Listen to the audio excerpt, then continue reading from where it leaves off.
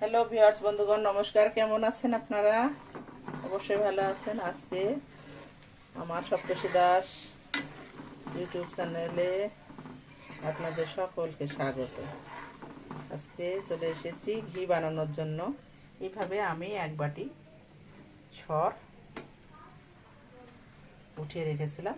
দেখুন, এই যে আমি এইভাবে দুধ জাল দিয়ে রাখি, বেশি করে কিন্তু জাল দিই না, যতটুকু আমি বলক উঠিয়ে খাওয়া দাওয়া করার পরে দুধটা চুলায় রেখে দিই জাস্ট, তারপর ওপর থেকে তুলে নিয়েছি। এরকমভাবে তুলে নিই, এরকম বক্স ভর্তি করে আমি ডিপ ফ্রিজে রেখে দিই মোটামুটি 10 দিন 12 দিন, যাই হোক যতটুকু শর্ট জমে। পাতলা, এটা কিন্তু কোনো বিট করা বা কোনো ব্লেন্ডার করা ঝামেলা মুক্ত। এরকম শক্ত এভাবে ডিপ ফ্রিজ থেকে বের করে ঘন্টা দুয়েক বাইরে রাখলে হয়ে যায়। তারপরে আমি কড়াইতে জাস্ট ঢেলে দিয়েছি। খুব সহজে এই ঘিটা তৈরি করা যায়। ঘি তৈরি করা সকলের ঝামেলা বলে মনে হলেও আমি কিন্তু শক্ত করে সরটা ফেলি না।